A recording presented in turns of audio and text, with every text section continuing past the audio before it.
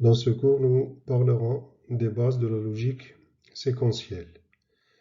Nous allons voir les notions d'état, les notions de mémorisation, et nous allons étudier en détail les bascules. Les bascules étant les éléments qui permettent la mémorisation. Dans les circuits combinatoires ou bien les systèmes combinatoires que nous avons étudiés jusqu'à maintenant, les sorties sont déterminées de façon unique et complète par les valeurs des entrées. Ce qui veut dire que si nous avons une combinaison sur les entrées, nous allons avoir une combinaison sur les sorties qui sera la même indépendamment d'autres paramètres. Alors une même combinaison sur les entrées générera toujours la même combinaison sur les sorties. Par contre, dans les systèmes séquentiels, les sorties dépendent à la fois des entrées et de l'état précédent du système. Alors, lorsqu'on parle d'état précédent du système, il faut qu'il y ait donc une fonction de mémorisation. Un système séquentiel peut être schématisé de cette manière. Nous avons un système combinatoire qui va recevoir les entrées, qui va générer les sorties, mais les sorties sont générées en même temps du système ou bien en même temps à partir des entrées et de l'état précédent du système. Donc ici, nous avons la combinaison des entrées et ce qu'on appelle les variables d'état vont pouvoir générer les sorties. Alors pour comprendre la notion d'état, on va voir un exemple. Ici, nous avons un système séquentiel ayant une sortie S et deux entrées E1 et E2. La sortie S va passer à 1 à condition que E2 passe à 1 après qu'il y ait eu deux 1 successifs sur E1. Ici, le fait que S ne dépend pas du 1 sur E2 uniquement, mais dépend de ce qui s'est passé dans le système auparavant. Donc, ce qui a eu comme entrée sur E1 et sur E2. Alors, pour qu'il y ait la génération de ce 1 sur S, il faut qu'il y ait eu, dans un premier temps, la combinaison 1,0, suivie par une autre combinaison 1,0, après une combinaison 0,1. C'est après cette séquence qu'il va pouvoir y avoir une sortie qui est égale à 1. Une autre combinaison ne pourra pas générer un 1 sur la sortie S. Ici, donc nécessairement un système pareil, une fois ou bien lorsqu'on conçoit un système pareil, il faut qu'il y ait la mémorisation. Il faut que le système puisse mémoriser combien de 1 il y a eu sur E1. Alors, on dit que l'état du système, c'est à peu près la description des événements qui se sont succédés sur le système. Alors, ce schéma représente le modèle général d'un système séquentiel. Alors, dans un système séquentiel, nous avons un système combinatoire en plus d'une fonction de mémorisation. Bien évidemment, dans un système combinatoire, cette fonction de mémorisation, elle n'existe pas. Il existe deux modèles pour les systèmes séquentiels. Il y a ce qu'on appelle la machine de Mealy et la machine de Moore. F, c'est ce qu'on appelle la fonction d'entrée, G, la fonction de sortie, et M, l'état ou bien la mémorisation. Ici, c'est l'état du système ou bien la fonction de mémorisation. Alors, la différence essentielle entre la machine de Mealy et la machine de Moore, c'est que dans la machine de Mealy, les sorties dépendent des entrées ainsi que de l'état du système. Par contre, dans une machine de Moore, les entrées agissent uniquement sur la fonction d'entrée. Les sorties sont calculées à partir de l'état du système ou bien des variables d'état. Nous allons voir maintenant les éléments qui permettent la mémorisation dans un circuit ou bien dans un système séquentiel. Ce sont les bascules. Il existe plusieurs types de bascules. Nous allons commencer par la bascule appelée la bascule SR. SR pour Set Reset. Une bascule est un élément avec les entrées et deux sorties complémentaires. Donc ici, la bascule SR, elle a l'entrée S, c'est l'entrée de mise à 1, l'entrée R qui est l'entrée de remise à 0, et la sortie Q est l'inverse de la sortie, donc Q bar. Alors, le fonctionnement de cette bascule est décrit dans cette table de vérité. Ici, nous avons SR qui sont les entrées, et là, l'état de la bascule avant d'appliquer les entrées. Donc ici, on va dire pour la première combinaison, nous avons appliqué la combinaison 0, 0 sur les entrées S et R quand la sortie était à 0. Qu'est-ce qu'il va y avoir sur la sortie? Comme changement, bien sûr. Ensuite, lorsque la sortie était à 1 et on applique 0, 0, qu'est-ce qu'il va y avoir, etc. Donc, c'est comme ça qu'on doit lire la table de vérité de la bascule. Donc, ici, QT et QT plus 1. Parfois, on note Q et Q plus sont les états de la même sortie, mais à des instants différents. Si l'on note Q, l'état à un instant donné, Q+, c'est la valeur de la sortie après un certain moment, ou bien après avoir appliqué les entrées S et R. Alors ici, nous avons les différentes combinaisons. S égale à 0, R égale à 0 et QT égale à 0. Alors là, pour le cas S égale à 0, R égale à 0, si QT égale à 0, QT plus 1 va rester à 0. Si elle était à 1, elle va rester à 1. Donc ici, c'est ce qu'on appelle la fonction de mémorisation qui est effectuée par la bascule SR. Dans le cas où nous avons la combinaison 0, 1 sur les entrées SR, donc en fonction QT, si c'était à 0, elle va rester à 0. Si elle était à 1, elle va passer à 0. Donc ici, c'est la partie remise à 0.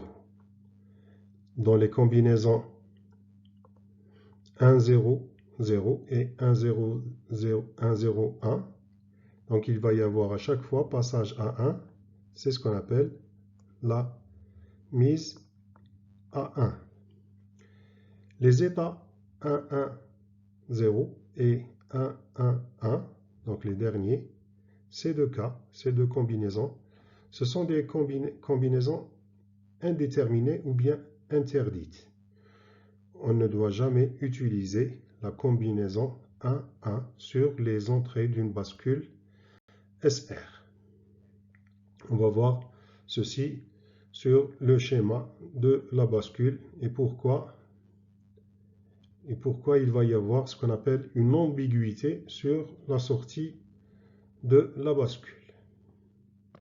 On va essayer de déterminer l'équation de la bascule, donc Q plus en fonction de l'état précédent, S et R. Nous avons la table de vérité, donc les différentes combinaisons sur les entrées et l'état précédent, Q+. Q, c'est l'état précédent. Q+, c'est l'état présent, en quelque sorte. Donc ici, nous avons la même table de vérité que nous venons de voir.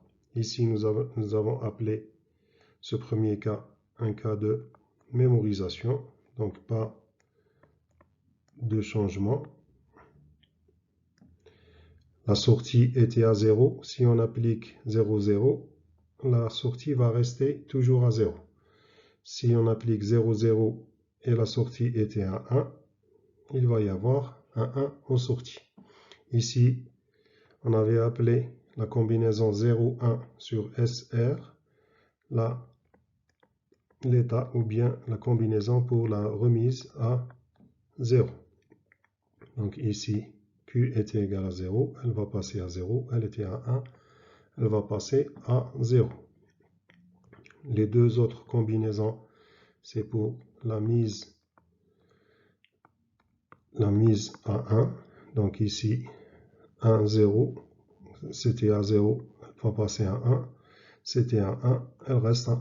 Les deux dernières combinaisons, c'est un état d'ambiguïté. Donc ici, les valeurs sont indéterminées. Donc ici, état interdit ou bien un état d'ambiguïté. À partir de cette table de vérité, on va essayer de déterminer l'équation de Q+ en fonction de SR et de l'état précédent. Donc après avoir établi la table de vérité, on va passer à la table de Carnot afin d'obtenir la fonction simplifiée de Q+ en fonction de Q, de S et de R. Ici, nous avons de 1 avec deux états indéterminés. Alors, nous avons deux choix, soit d'utiliser ces x, ou bien on peut ne pas les utiliser dans la simplification.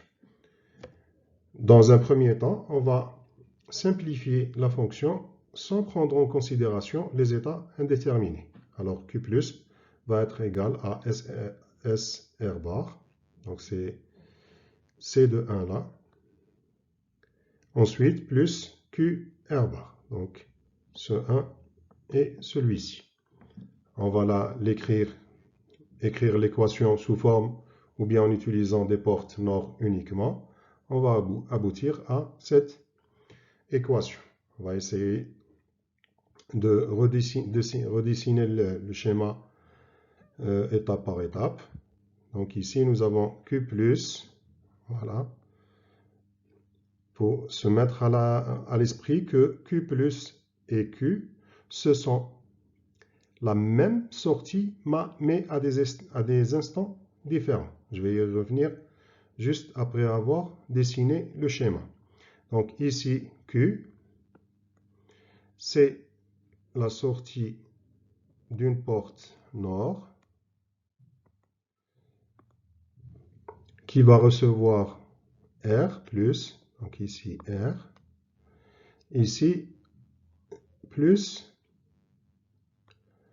la sortie d'une autre porte NOR, donc une autre porte NOR, qui a comme entrée S et la sortie Q. Donc la sortie de cette porte, on va la mettre ici. Donc ici S, et là c'est Q bar. Pour vérifier que cette équation c'est bien Q bar, il faut juste écrire l'équation de Q bar en utilisant ou bien en simplifiant ces deux zéros et ces deux zéros là. Il faut écrire l'équation sous forme de produit de somme et on va pouvoir disons démontrer que Q bar est égal à S ou R ou Q. Donc, il suffit tout simplement donc de simplifier en utilisant les trois zéros sur la table de Carnot. On va obtenir que cette sortie, c'est bien la sortie Q bar qui est l'inverse de Q. Donc ici, c'est le schéma le schéma de la bascule SR. Ici, nous avons dit que Q et Q+, ce sont le même point. Donc ici, c'est Q et Q+. On avait dit que Q+, c'est l'état suivant de Q. Alors, ici, si on suppose à un certain moment, par exemple, on a la combinaison 1, 0 sur les sorties. Par exemple, à un moment, la sortie Q était à 1. Et on applique une combinaison de remise à 0. Donc 1, 0 sur les entrées R et S. Au moment d'appliquer le 1 sur R et le 0 sur S, il ne va pas y avoir instantanément le changement sur Q. Donc c'est après un certain moment qui dépend du temps de réponse ou bien le temps de propagation sur la porte que Q va passer à 0. Donc dans un premier temps, R est égal à 1, S égale à 0, Q était égal à 1. C'est après, donc 1 ou 1 c'est 1, inversé, nous allons avoir un 0. Mais ce 0-là va, disons, être décalé d'un moment qui correspond au temps de réponse de la porte nord. Dans un autre, on peut, disons, simplifier cette fonction, mais cette fois-ci en utilisant les états indéterminés. Donc en tenant compte des états indéterminés, on va obtenir cette équation. Donc Q plus est égal à S bar fois Q R bar et le tout bar. Donc c'est une équation où on utilise uniquement des portes NAND.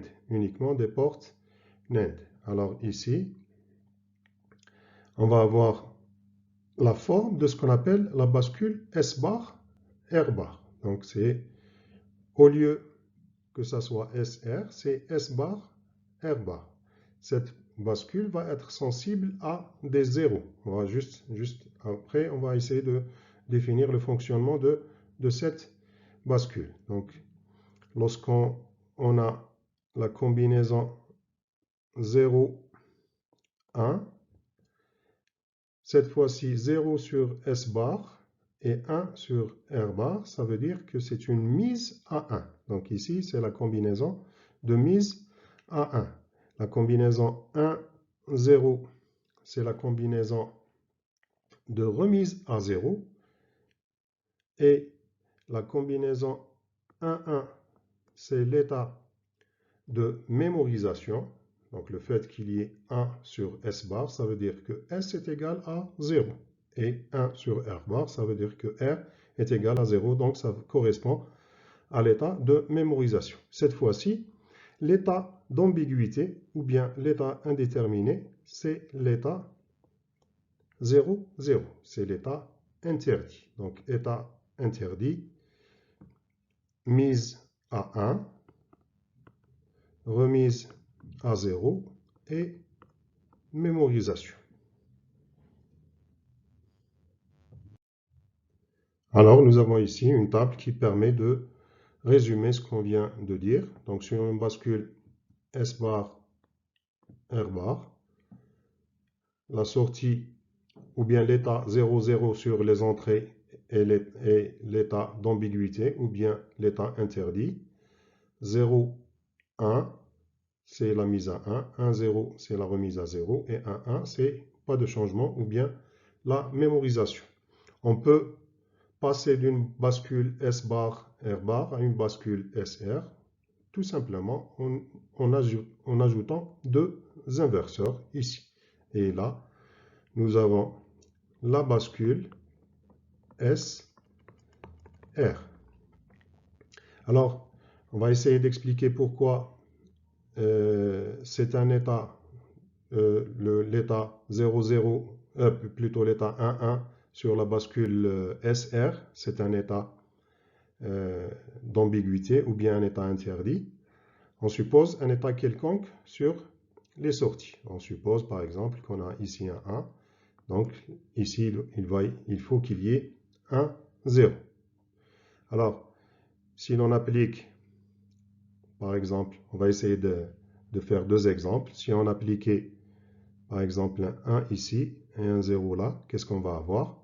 On va avoir 0 inversé. Ça va nous donner ici un 1. Le 1 inversé, ça va nous donner un 0 ici.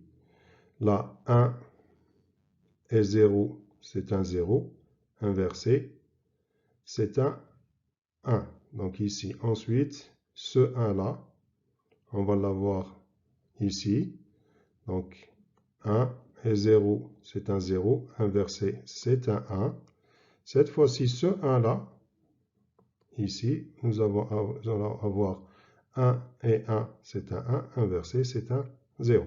Donc on a effectué l'opération de remise à 0. Le fait d'avoir mis un 1 ici, ça a généré un 0 sur la sortie. Pour expliquer l'état d'ambiguïté, on suppose par exemple qu'on a à un certain moment, nous avons sur les sorties 1, 0. Et on applique un 1 qui est l'état interdit. On va voir pourquoi il est interdit. Donc 1 ici, ce qui fait qu'on va avoir ici un 0 et là un 0. 0 avec le 1 sur la sortie Q. Donc ici 1 et 0, ça va générer un 0 inversé. Ça va mettre un 1. Donc ce 0 va passer à 1. Ici, on aura un 1. 1 et 0, c'est 0. Inversé, c'est un 1. Alors, la bascule va avoir la sortie Q et la sortie Q bar, les deux à 1, ce qui n'est pas normal. Il faut que, normalement, les sorties doivent être inverses l'une avec l'autre. Et là, c'est l'état d'ambiguïté. Q ne peut pas être égal à Q bar.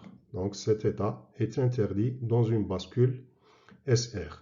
1, 1 dans une bascule SR ou bien 0, 0 sur une bascule S bar, R bar. Alors ici, on va essayer de voir une autre bascule, un autre type de bascule, c'est la bascule JK. Alors la bascule JK, c'est une bascule qui vient corriger ou bien qui vient proposer une solution pour l'état interdit ou bien l'état d'ambiguïté dans la bascule SR. C'est à peu près le même fonctionnement. J correspond à peu près à S et K correspond à R. Ici, lorsqu'on a 0, 0 sur J et K, donc c'est un état de mémorisation. Il ne va pas y avoir de changement. Q était à 0, elle va rester à 0. Elle était à 1, elle va rester à 1. La combinaison 0, 1 sur JK, donc ces deux combinaisons-là, c'est la combinaison qui correspond à la remise à 0. Donc ici, peu importe l'état précédent de la sortie, elle va passer dans tous les cas à 0. Et là, c'est la mise à 1 pour la combinaison 1, 0. Alors ici, le dernier cas, c'est le cas où J et K sont tous les deux à 1, qui est l'état qui était interdit dans une bascule SR. Maintenant, il est toléré. Et qu'est-ce qu'il va effectuer? Il va effectuer ce qu'on appelle un basculement, toggle en anglais. Alors, si la sortie était à 0, elle va passer à 1. Si elle était à 1, elle va passer à 0. À partir donc de cette table de vérité, on va établir la table de Carnot à partir de cette table de vérité et on va essayer de trouver Q plus en fonction de J, K et Q. On va avoir cette équation. Q plus est égal à J K bar plus Q K bar. On va voir maintenant comment construire une bascule JK à partir d'une bascule S bar R bar. On suppose qu'on a une bascule S bar R bar.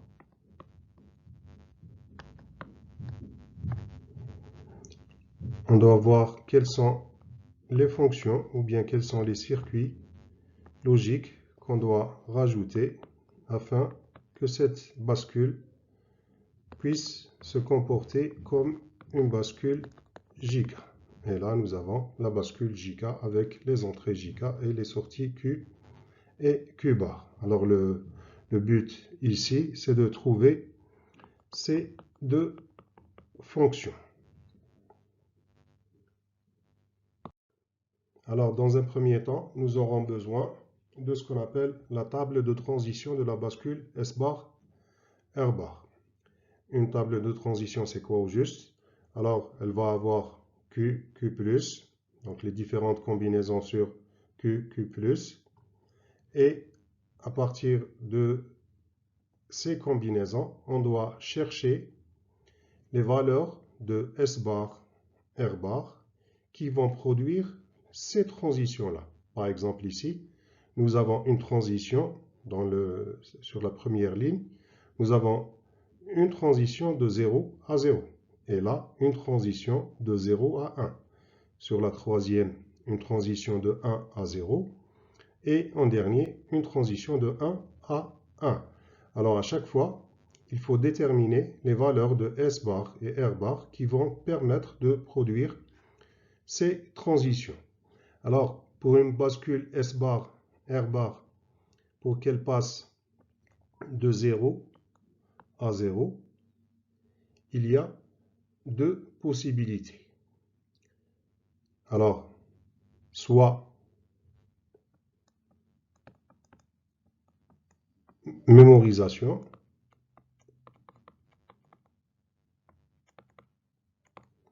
ou bien remise à 0. Donc, c'est les deux situations dans lesquelles, ou bien pour lesquelles, une bascule S bar R bar va passer de 0 à 0. Alors, pour une mémorisation sur une bascule S bar R bar correspond à S bar égale à 1 et R bar égale à 1. Pour la remise à 0, R bar égale à 0 et S bar égale à 1. Le fait de combiner ces deux possibilités va nous donner la combinaison 1 et X. Alors, lorsqu'on a 1 sur S bar, et quelle que soit la valeur sur R bar, on a à coup sûr une transition de 0 à 0. On va essayer de faire la même chose pour les autres transitions. Donc une transition de 0 à 1, c'est à coup sûr une mise à 1. Une mise à 1 correspond à 0, 1. Une transition de 1 à 0 sur une bascule S bar, R bar, c'est une remise à 0. Donc c'est 1, 0. Et sur le dernier cas, une transition de 1 à 1, donc il y a aussi deux possibilités, c'est soit une mémorisation ou bien une mise à 1. Une mémorisation, donc c'est 1, 1, et une mise à 1, donc ça correspond à ici 1, 0 et là 1, 1. Donc c'est la combinaison 1 sur R bar et quelle que soit la valeur de S bar. Donc c'est X, 1. Alors comme ça, nous avons obtenu ce qu'on appelle la table de transition de la bascule S bar, R bar. Ensuite, la deuxième étape, il faut établir la table de vérité de la bascule JK. On sait que pour une bascule JK, il y a la transition ou bien la combinaison 0, 0, 0. Donc l'état initial c'est 0 et on applique 0, 0. Donc c'est une mémorisation. Donc ici on va avoir 0, là 1, donc les deux cas de la mémorisation. Ici 0, 1 c'est les deux situations de la remise à 0. Donc ici on va mettre un 0 et là également un 0. Un 0 sur JK correspond à une mise à 1. Donc ici 1 et là 1. 1 sur JK correspond à ce qu'on a appelé basculement. Donc c'était 0, ça va devenir un 1. C'était un 1, ça va devenir un 0. Pardon. Et à partir de la table de transition qu'on vient d'établir, on va déterminer quelles sont les valeurs à appliquer sur S bar et R bar. Donc ici, Q égale à 0, Q plus égale à 0. Donc ici, c'est une transition de 0 à 0. On va aller sur la table de transition. C'est cette situation-là. Et on va mettre 1 et X. Dans la deuxième 1, 1, donc passage ou bien transition de 1 à 1, on va mettre X1. Pardon. De 0 à 0, c'est aussi 1 X. 1, 0. Donc c'est une mise à 0 ou bien remise à 0. 1, 0. 0, 1, c'est une mise à 1. Donc 0, 1. 1, 1, c'est X1. 0, 1, c'est également 0, 1. Et 1, 0, c'est 1, 0. Alors comme ça, nous avons dressé la table de vérité de la bascule JK. Il suffit d'utiliser les tables de Carnot pour simplifier les équations des fonctions S bar et R bar. Donc de cette manière, on va pouvoir déterminer les fonctions qu'on vient de schématiser tout à l'heure, qu'on avait appelé F1 et F2 pour S bar et R bar. Alors ici, on va utiliser les X pour simplifier les fonctions. Donc, on va trouver R bar qui est égal à Q par K, le tout bar. Et S bar est égal à Q bar par J, le tout bar. On a fait exprès d'utiliser une forme en AND, puisque déjà nous avons la bascule S bar, R bar. Elle est formée par deux portes NAND. Avec ça, c'est le schéma de la bascule S bar, R bar. Donc ici, S bar, là, R bar, là, c'est Q, ici, c'est Q bar.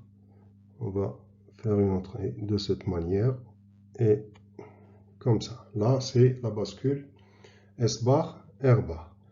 Alors, pour obtenir une bascule JK, on doit rajouter une porte NAND sur S bar, c'est la sortie de la première fonction, donc une porte NAND, et une autre porte NAND sur R. Pardon. Là, ça va prendre la valeur de J avec Q bar. On va essayer de prendre ça avec une autre couleur, de telle sorte que ça soit plus ou moins lisible. Donc Q bar, on va prendre ici, et voilà. Ensuite, R bar, c'est une porte NAND avec ici l'entrée K et Q. Donc on va prendre de ce point et voilà. Donc là, c'est la représentation d'une bascule JK. Donc elle est constituée par 4 portes named. On va voir un autre type de bascule, c'est la bascule D. D pour data. Alors ici c'est une bascule très simple. Sur une bascule D, la sortie recopie l'entrée. Alors ici, la valeur de Q plus est égale à D. Donc, quelles que soient les valeurs initiales de Q, si D égale à 0, Q plus va être égal à 0. Donc, quelles que soient les valeurs ou bien l'état initial de la bascule. Ici, de la même manière, si D égale à 1, Q plus va être égal à 1.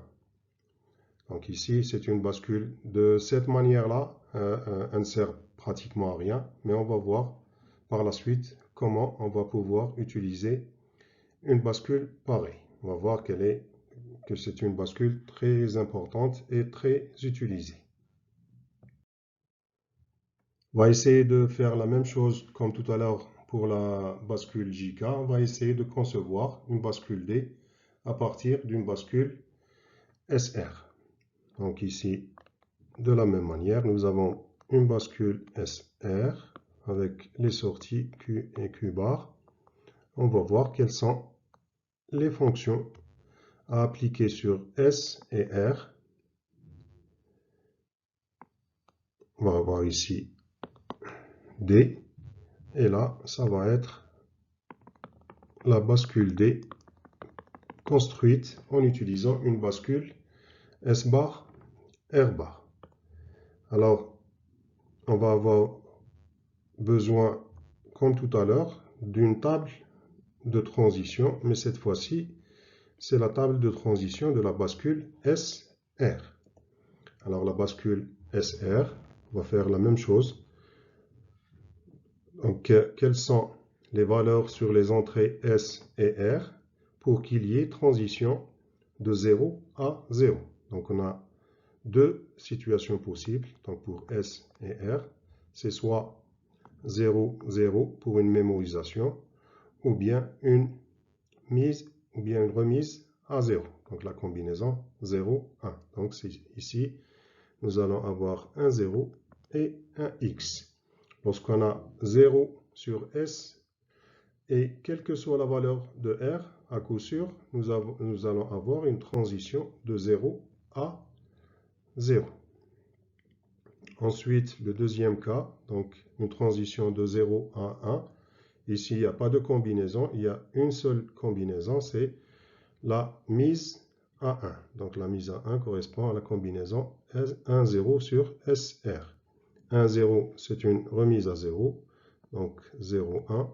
Et 1, 1, c'est une transition où c'est soit une mémorisation ou bien une mise à 1. Donc une mise à 1, c'est la combinaison 1, 0. Donc on va avoir ici X et 0.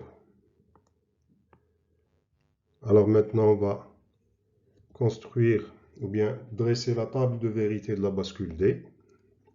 Alors, nous avons la table de vérité qui a pour entrée D et Q et pour sortie Q+.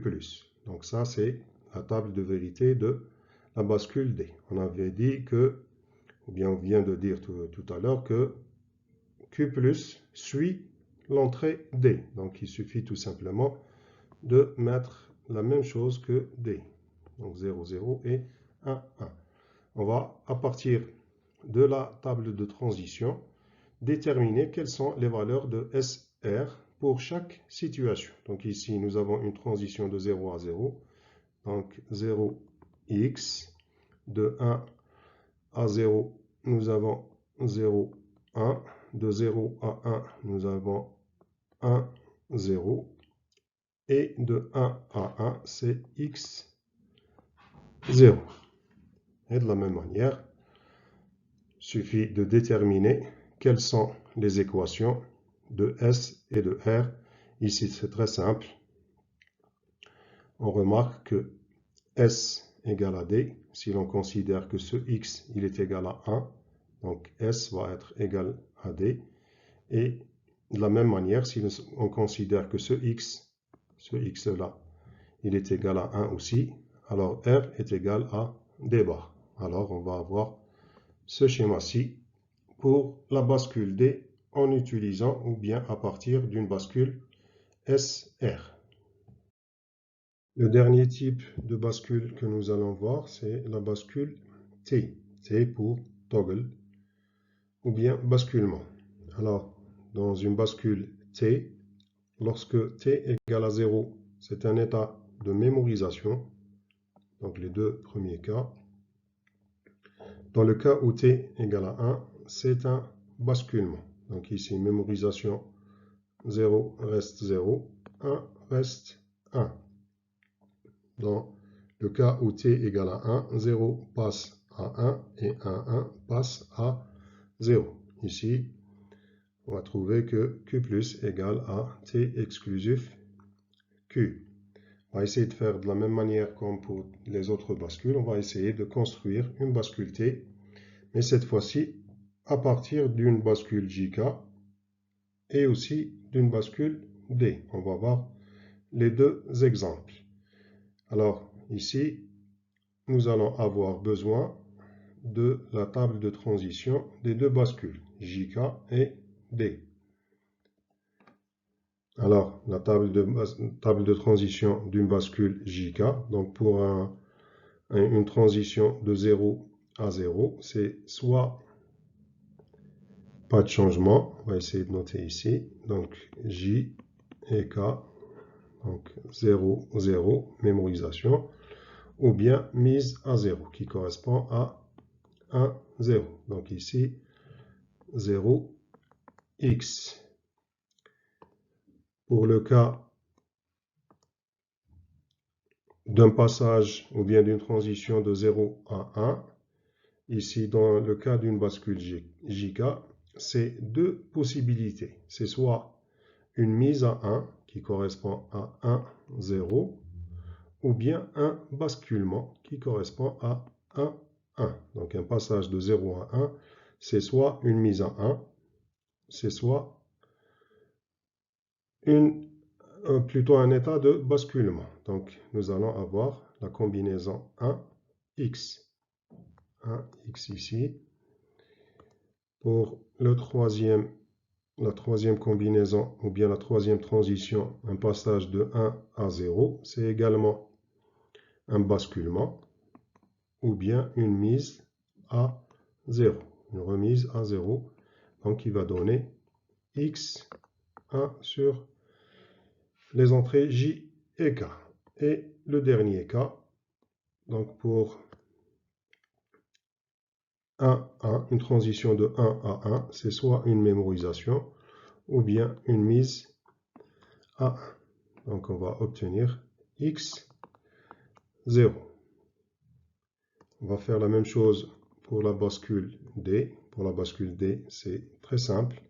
Donc on avait dit que pour une bascule D, la sortie recopie l'entrée. Donc ici, pour qu'il y ait un 0 sur Q+, il faut avoir un 0 sur D. Un 1 sur Q+, ça veut dire que D doit être égal à 1. Ici, 0 et là, 1, 1. Donc là, nous avons les tables de transition des deux bascules. On va essayer de dresser la table de vérité de la bascule T. Donc ici, nous avons T, les deux combinaisons pour 0, les deux combinaisons pour 1. Donc la mémorisation et la basculement. Alors, on va essayer de faire les deux conceptions à la fois. Donc, pour qu'il y ait un passage de 0 à 0, bon, sur une bascule D, c'est très simple. Il suffit de recopier ce qu'il y a sur Q+, le recopier là, c'est très simple. Pour une bascule JK, donc une transition de 0 à 0, c'est 0x. Une transition de 1 à 1, c'est x0. Une transition de 0 à 1, c'est 1x.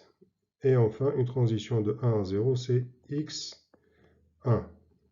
Là, il reste tout simplement à simplifier les équations, dans ce cas-ci, de JK pour le premier cas et D pour le deuxième. Donc ici, on va trouver que J égale à K égale à T. Donc on va avoir une bascule JK. Et là, il suffit tout simplement de relier les deux entrées J et K et de les relier toutes les deux à T. Et là, on a conçu une bascule JK. Pour le deuxième cas, donc nous avons une bascule D et nous avons un OU exclusif, donc ici une porte XOR entre T, et je vais mettre T ici, et Q. Donc là, on a le schéma des deux bascules. On va essayer de les voir d'une manière un peu plus claire.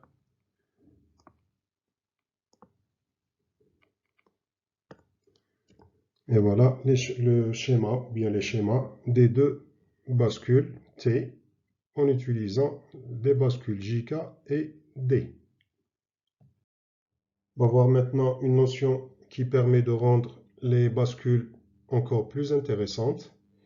C'est la notion de synchronisation. On va voir qu'il y a deux possibilités de synchronisation. Il y a ce qu'on appelle la synchronisation par niveau et la synchronisation par franc. Pour l'instant, on va essayer de voir ce que c'est qu'une synchronisation par niveau.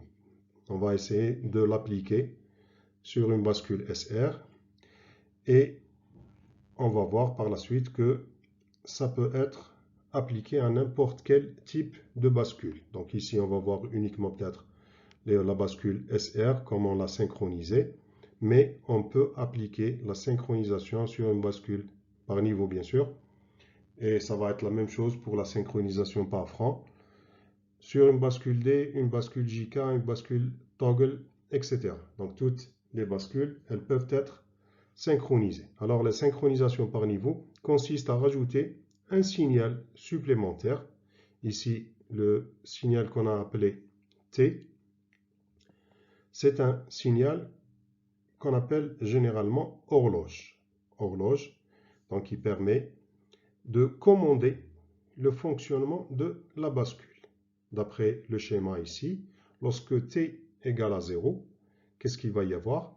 Il va y avoir ici, puisque là nous avons une bascule S bar R bar, donc sur cette partie-là, donc c'est une bascule S bar R bar, et avec les deux autres portes NAND, là c'est une bascule SR. Alors, le fait de rajouter le signal T sur les deux premières portes NAND, ça va obliger la bascule à garder son état lorsque T égale à 0 et à fonctionner avec S et R lorsque T égale à 1. On va essayer d'appliquer cela. Donc lorsque T égale à 0, donc on va avoir un 0 ici et un 0 là.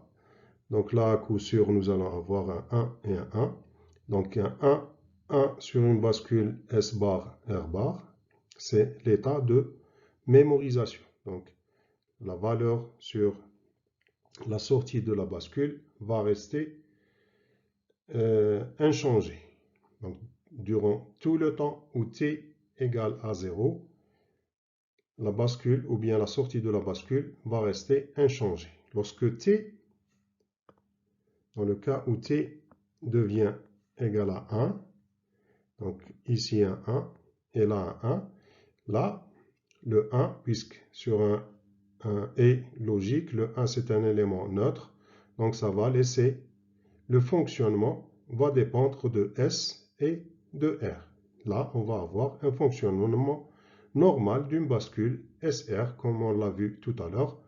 Donc 0, 0 pour la mémorisation, 1, 1, 0 pour la mise à 1, 0, 1 pour la remise à 0, 0, et 1, 1, c'est l'état interdit.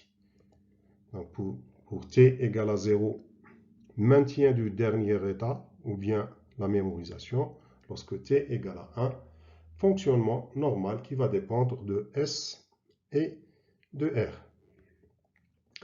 Là, on va essayer de voir sur un petit exemple un chronogramme, un certain nombre de variations sur S et R et T. Et on va voir comment va se comporter la bascule ou bien quelles vont être les valeurs sur la sortie de la bascule. Donc ici, nous avons dit que lorsque t égale à 0, alors durant cette période-là et celle-ci, la bascule va garder son état tel quel. Donc ici, par exemple, Q a démarré à 0, va rester à 0 jusqu'à ce que t devienne à 1, devienne 1 plutôt. Donc ici, tant que t égale à 0, Q ne va pas changer de valeur. De la même manière, ici, la valeur de la sortie est 0, donc elle va rester à 0 durant toute la période où t égale à 0. Alors, pendant l'autre partie, donc durant la partie où t égale à 1, donc celle-là, ici, on va avoir un fonctionnement qui va dépendre de S et de R. Alors ici, par exemple, nous avons un 1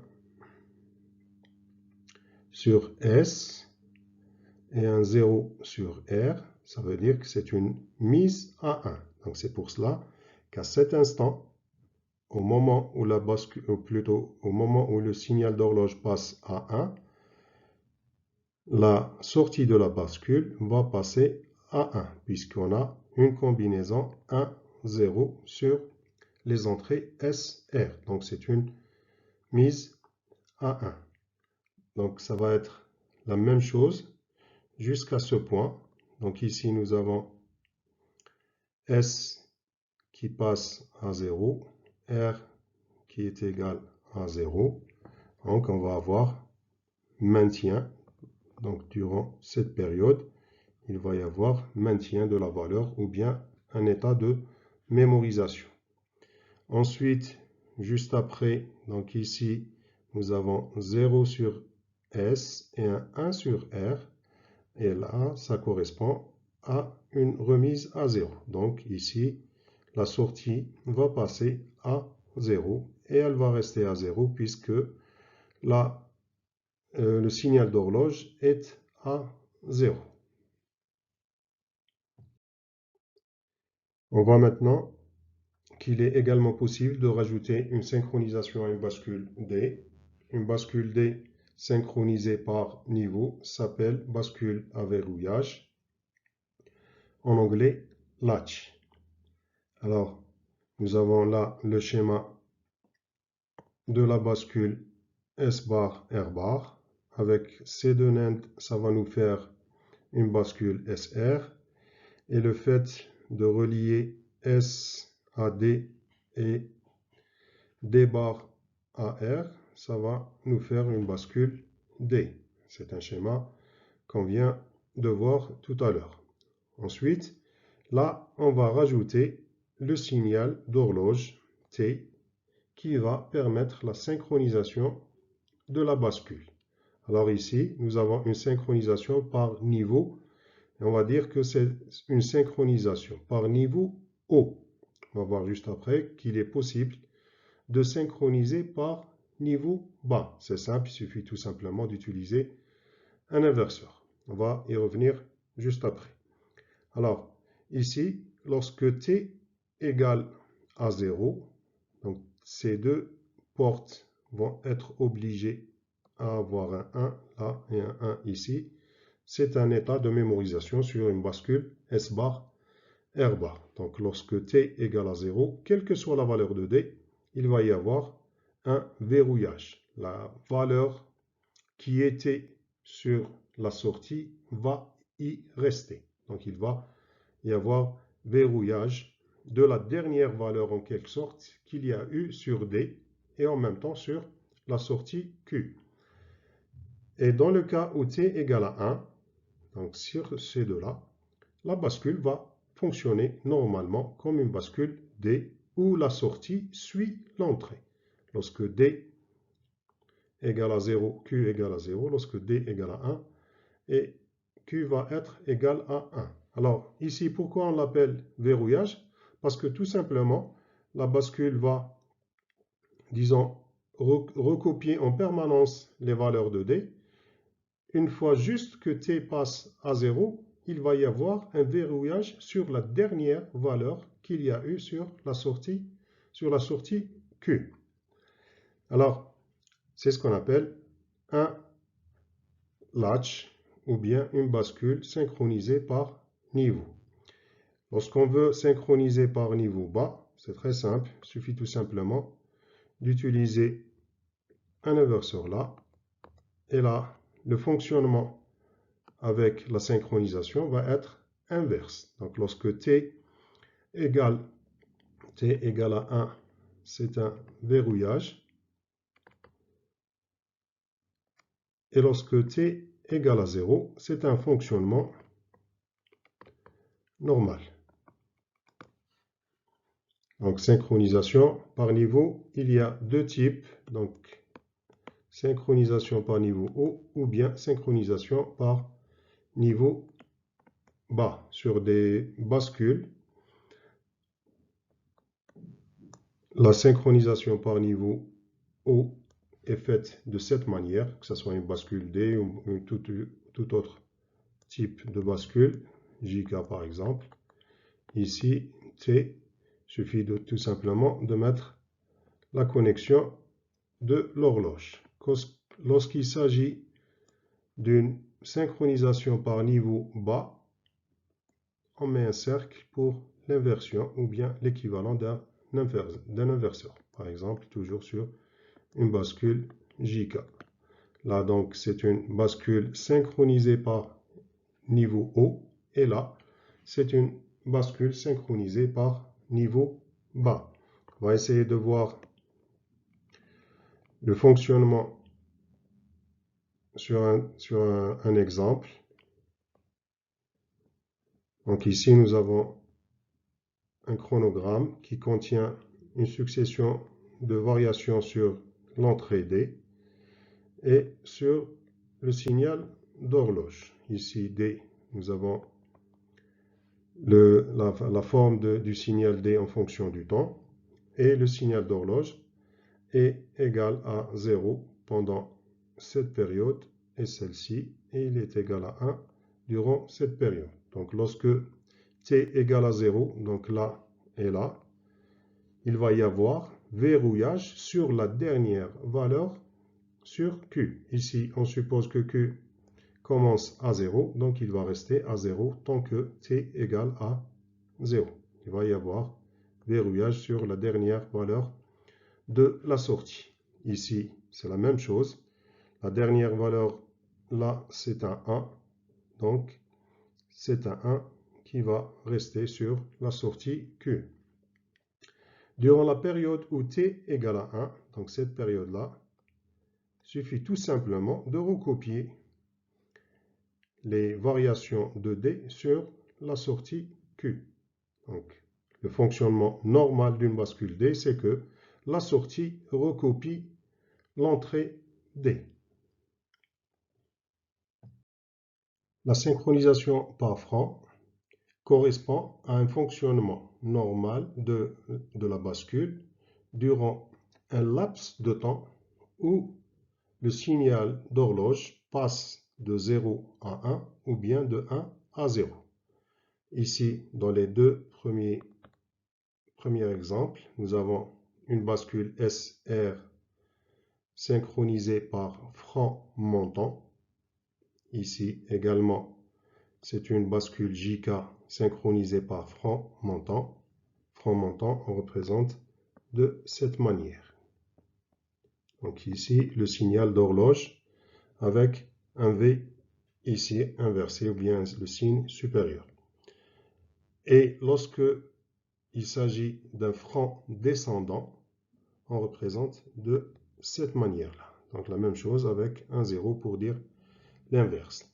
Alors, dans les deux premiers cas ici, c'est un fonctionnement sur franc montant. Ça veut dire durant la transition de 0 à 1 sur le signal d'horloge. Uniquement sur ce laps de temps. Sur les deuxièmes exemples, donc SR ici et D là, c'est des bascules synchronisées par franc descendant. Le fonctionnement va s'effectuer uniquement durant le laps de temps là où il y a la transition de 1 à 0 sur le signal d'horloge. Donc c'est ce qu'on appelle des bascules synchronisées par franc, soit par franc montant ou bien par franc descendant. En anglais, on appelle ça des bascules, donc edge triggered. Edge triggered. On va voir sur un exemple comment fonctionne une bascule synchronisée par franc. Ici, nous prenons l'exemple d'une bascule SR, mais c'est aussi valable pour n'importe quelle autre bascule. Là, nous avons une bascule SR synchronisée par franc montant.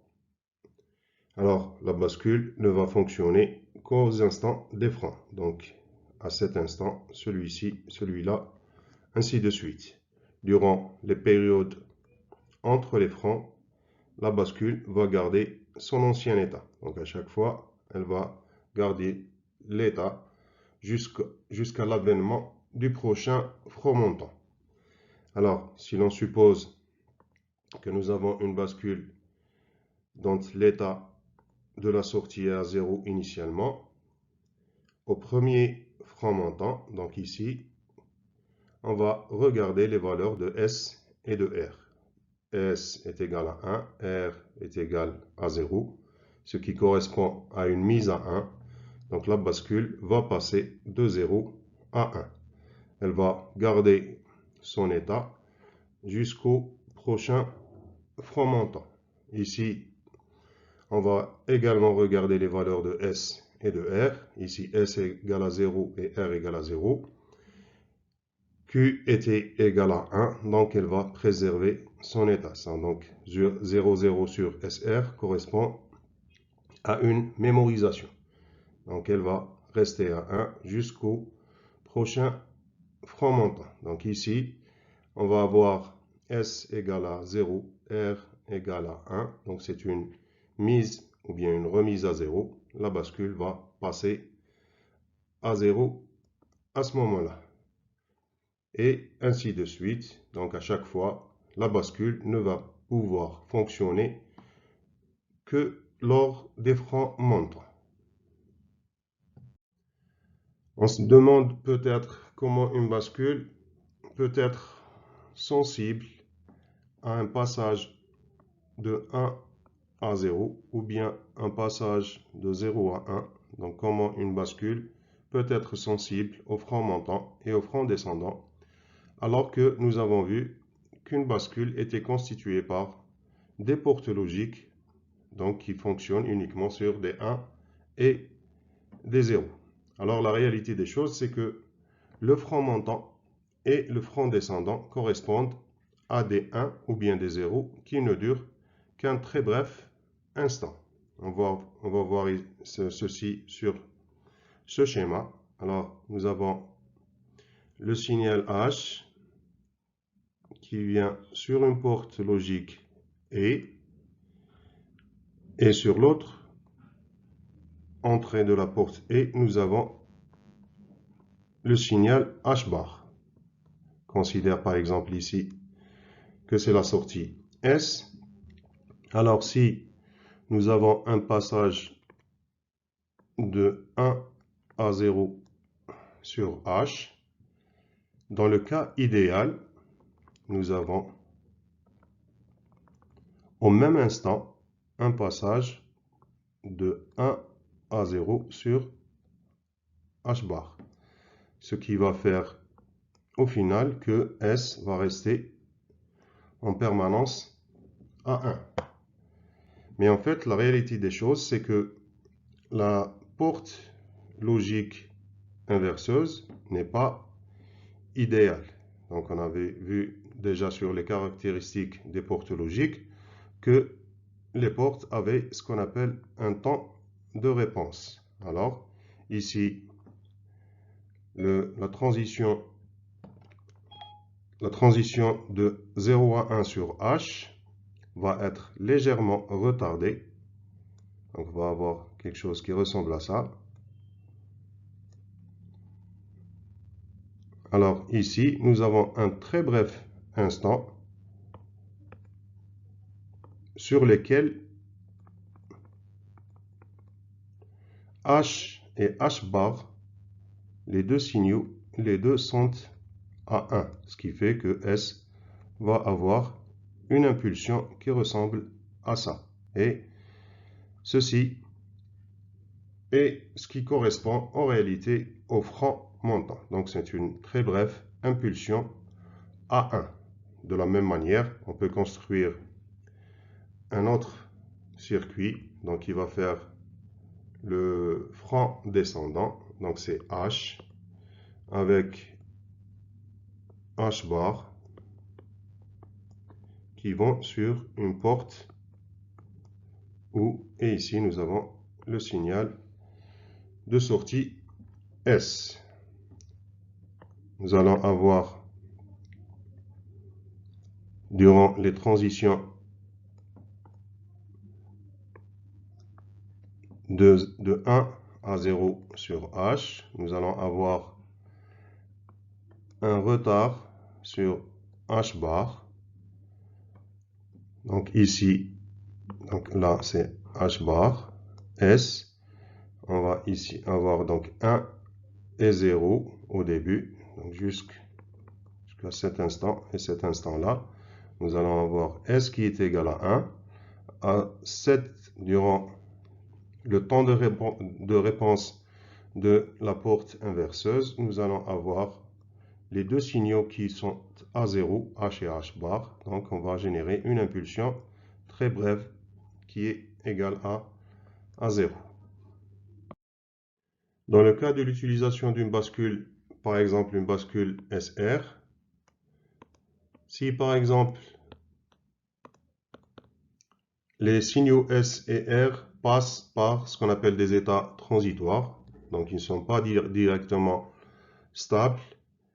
Alors par exemple, si on utilise sur l'entrée S un circuit qui ressemble à ça, donc nous avons l'alimentation, une résistance qui va sur un interrupteur, la masse ici, et là nous avons S.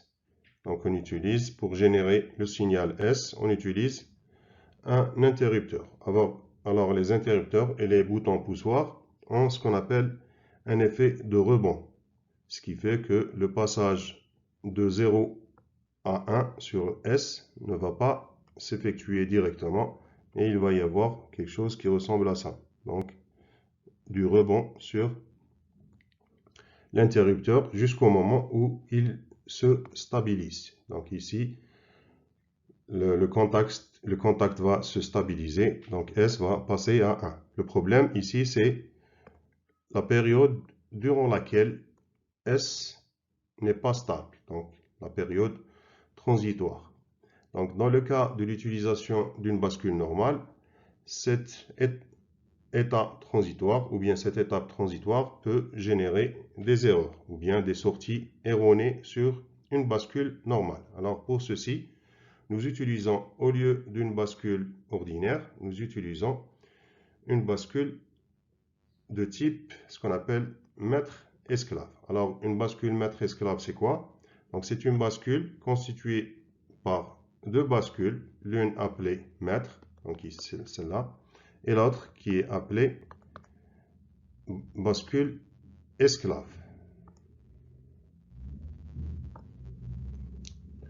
Alors, l'idée est que les signaux d'entrée sont appliqués dans un premier temps sur la bascule mètre jusqu'à ce qu'il se stabilise. Donc, durant la période où t, par exemple, est égal à 1, la bascule mètre est active.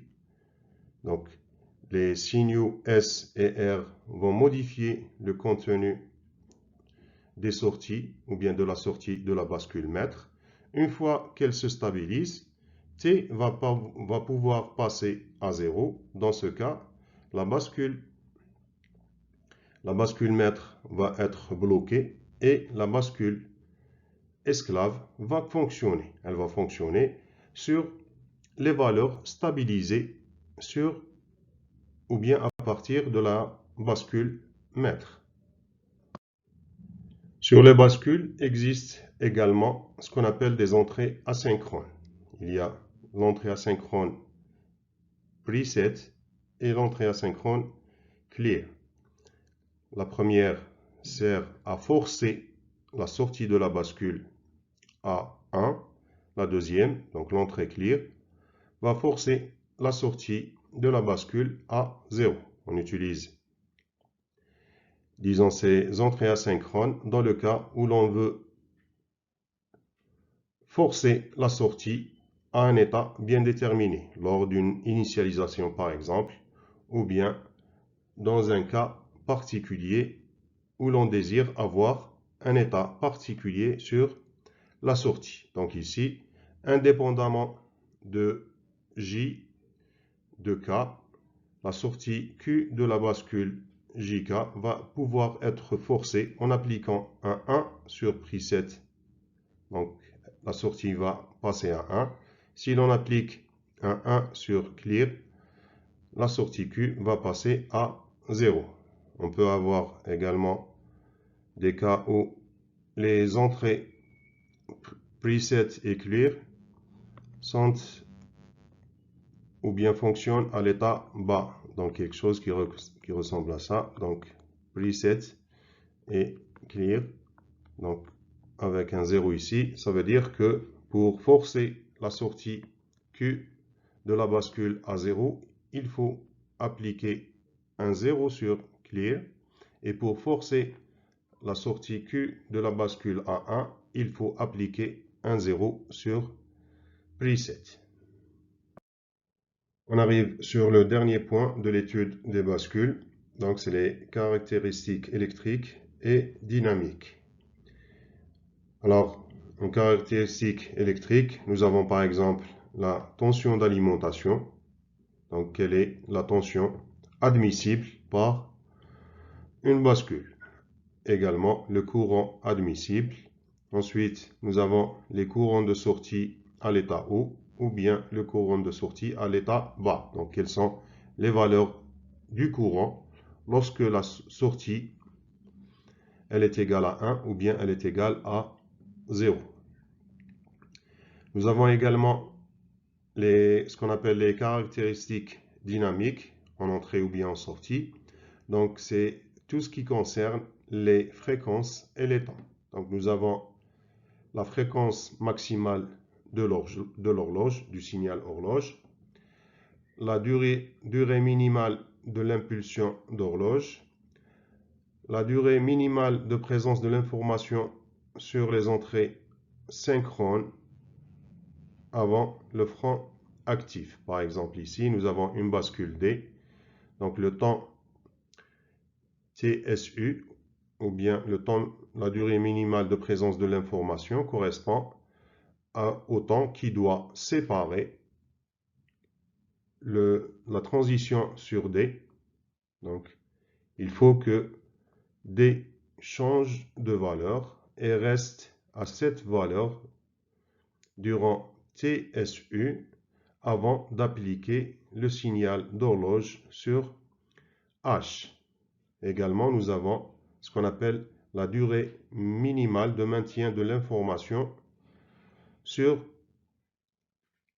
les entrées synchrones après le temps actif. Donc ici également, la valeur sur D ne doit pas disparaître immédiatement. Elle doit être maintenue durant au moins un temps qui est équivalent à TH, qui est le temps de maintien.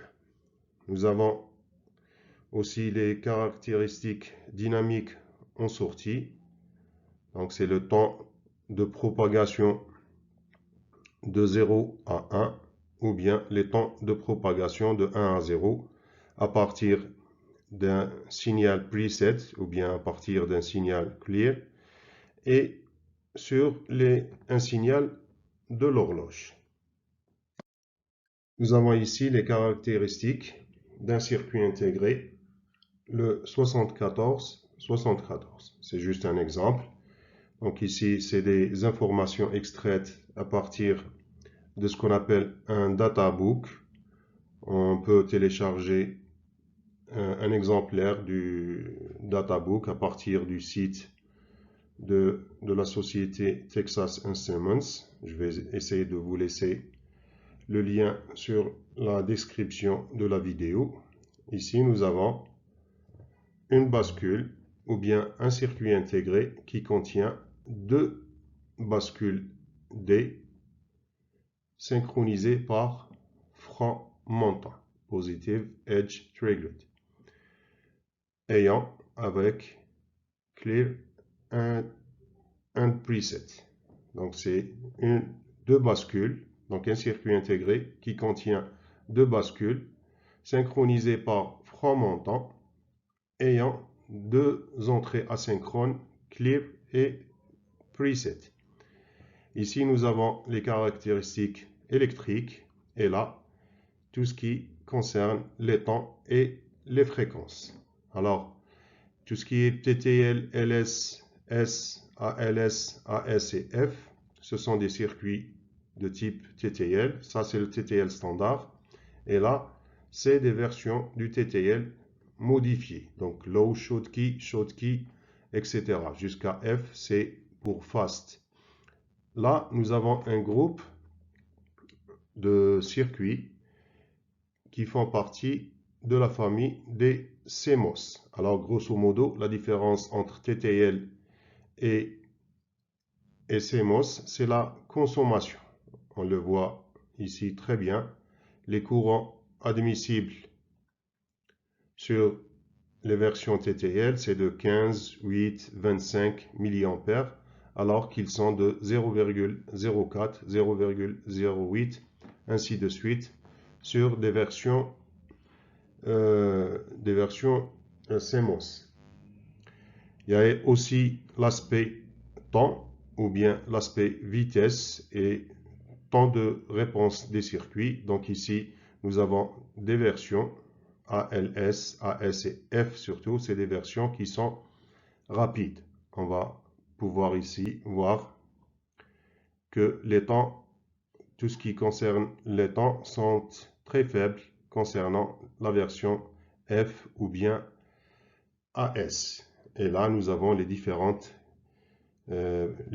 paramètres TW qu'on vient juste de voir, le setup time, les temps de propagation haut, bas, haut, etc. Donc, toutes ces caractéristiques, on peut les trouver sur un databook.